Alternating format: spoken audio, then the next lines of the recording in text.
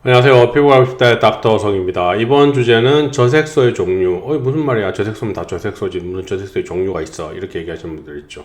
저색소에도 여러 가지 종류가 있어요. 즉, 저색소가 어떻게 원인에 의해서 생성되는가에 따라서 저색소 종류도 조금 다르고 저색소의 치료의 정도도 달라지게 되는 거죠. 그러면 어떤 저색소의 경우는 치료하면 효과가 있을까? 이런 것들 궁금해 하시죠. 그래서 이번 내용은 저색소 종류에 관해서 한번 설명을 해드리고 저색소 치료를 하면 어느 정도 좋아질 수 있다, 여기에 대해서 한번 얘기해 드릴 테니까요. 그래서 이번 내용도 끝까지 시청을 해두시면 여러분의 지식이 일부 증가되는데, 의학적 상식이 좀 증가되는데 도움이 되지 않을까 하는 생각이 듭니다. 끝까지 시청 부탁드리겠습니다. 저색소의 종류, 제가 예전에 한번 얘기해 드렸죠. 우리가 수술을 하거나 상처가 생긴 이후에 아물면서 생기는 흉터에 의한 저색소. 이건 뭐냐? 우리가 상처가 나게 되면 거기에 초기에 장력이 높아지게 되고, 장력이 높아지게 되면 그렇게 계속 움직임이 있는 장력이 있는 부분에는 콜라겐 타입 1이 순간적으로 좀 많아지면서 치밀하게 만들어져요.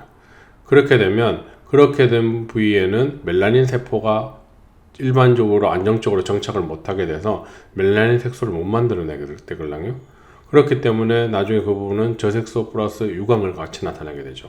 유광을 나타내는 이유는 콜라겐 타입 1이 순간적으로 많아져서 그 부분에 유광을 나타내는 거고, 그리고 멜라닌 세포가 정착을 못하니까 저색소가 나타나는 거예요. 이해가 되시겠죠? 저번에 한번 이걸 얘기한 적이 있어요. 그죠? 그러면 이런 저색소는 엄밀히 말하면 멜라닌 세포가 거기에 들어가서 자리 잡을 수 있고 거기에서 색깔을 만들어낼 수 있다는 전제를 깔고 있어요. 그렇기 때문에 레이저를 통해서 콜라겐 리모델링을 유도하게 되면 콜라겐 타입 1이 과도하게 되어 있는 부분이 재구성을 하면서 치밀하게 만들어져 있는 콜라겐 구조가 재구성을 해서 정상적인 구조로 바뀌게 돼요. 그렇게 되면 그 사이에 멜라닌 세포가 들어와서 색깔을 만들게 되는데, 물론 이렇게 색깔을 만들게 되더라도 완전히 정상적인 색깔로 만들어지진 않지만 상당히 유사해서 구별이 잘 안 될 정도로 많이 좋아지게 돼요. 우리가 콜라겐 리모델링을 하는 방법으로 치료를 하게 되면 나는 저색소 치료를 한 게 아닌데 옆에 있는 색이랑 굉장히 유사해서 티가 덜 나네? 이렇게 얘기하시는 분들이 정말 많아요. 특히 피부 이식하신 분들, 이런 분들은 옆에 피부와 진짜 톤이 다르거든요. 그런데 그런 부분들이 레이저를 통해서 리모델링을 유도시키게 되면 피부가 다 새걸로 바뀌게 되면서 그분의 정상 멜라닌들이 막 정착하게 되면서 멜라닌 색소를 만들어내요. 그러면 옆이랑 구별이 잘 안 될 정도로 정말 여기 피부 이식한데 맞아, 이렇게 느낄 정도로 많이 좋아지게 되거든요. 그렇기 때문에 이런 원리를 이용해서 치료에 접근하게 되면 이런 저색소에는 굉장히 효과가 좋다는 거예요. 이해되시겠죠? 그런데 큰 효과가 좀 없는 것들이 있어요. 어떤 경우냐면, 즉 레이저 색소 후에 온 저색소, 이건 뭐냐면 피코 레이저라든지 큐 스위치 레이저를 이용해서 너무 세게 때려버리면, 특히 줌 핸드피스로 너무 세게 때려버리면 그 일대가 다 파괴돼 버려요. 근처에 있는 줄기세포까지 다 파괴돼요. 스템셀까지 파괴되면 그 일대는 완전히 저색소가 오는 거예요. 즉 재생이 안 되죠. 그런 경우에는 치료가 정말 어려워져요. 이런 경우는 우리가 어떤 현상을 나타내냐면, 저색소가 나타나는 테두리 부분이 진하게 바뀌어요. 테두리가 진한 색을 나타내게 되면서 우리가 이 부분은 뭔가 여기에 있는 조직과 옆에 있는 조직이 다르구나, 이렇게 느끼게 만들어요.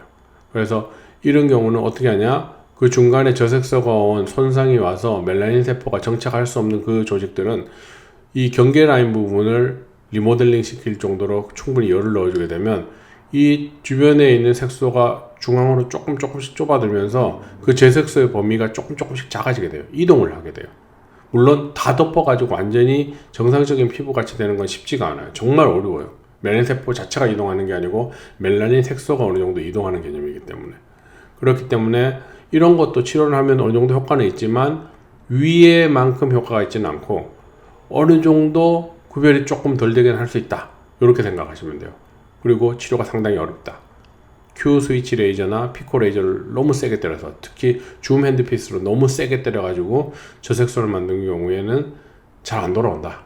어떤 경우에는 5년 기다리면 40% 돌아온다, 이렇게 얘기하는데 제가 볼 때는 거의 근거 없는 말이고, 쇼펄스 계열의 장비로 저색소를 만들어 놓은 경우는 멜라닌 세포 플러스 근처에 있는 스템셀까지 다 날려버렸기 때문에 돌리기는 정말 어렵다. 단지 그 저색세관에 있는 테두리 부분에 색소 침착이 진하게 올라오게 되는데, 왜? 그 저색세관 부분도 옆에 있는 색이랑 똑같이 만들려고 피부가 스스로 노력하게 되니까 옆에 부분에 색깔을 많이 만들게 되거든요.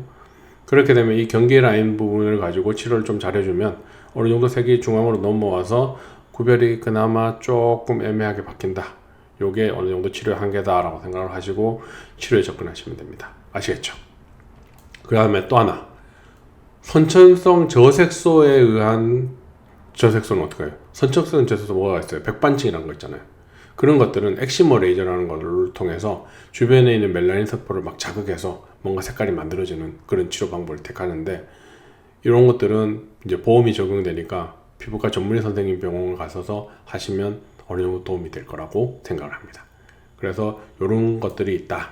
그리고 미용병원 차원에서는 이 두 가지의 접근 방법이 있고, 위의 방법은 콜라겐 리모델링을 통해서 하면 많은 효과를 바라볼 수 있다. 두 번째 거는 뭐예요? 생각보다 효과 떨어질 수 있으나 구별을 조금 애매모호하게 바꿀 수 있다. 이해되시겠죠? 그래서 일반적으로 우리가 수술이나 상처가 났을 때 생긴 저색소, 흉살에 의해서 만들어진 저색소, 이런 것들을 어떤 식으로 치료에 접근하면 어느 정도 구별이 애매모호하게 하고 눈에 잘 안 띄게 할 수 있는가, 이런 거에 대해서 한번 설명을 해드렸어요. 그래서 치료를 잘하는 선생님 만나면 생각외로 결과가 괜찮게 나올 수 있다. 꼭 기억해 주시기 바라고, 이번 영상도 여러분에게 많은 도움이 되었으리라고 생각을 합니다. 다음에도 여러분에게 큰 도움이 되는 주제로 찾도록 하겠습니다. 끝까지 시청해 주셔서 감사드립니다.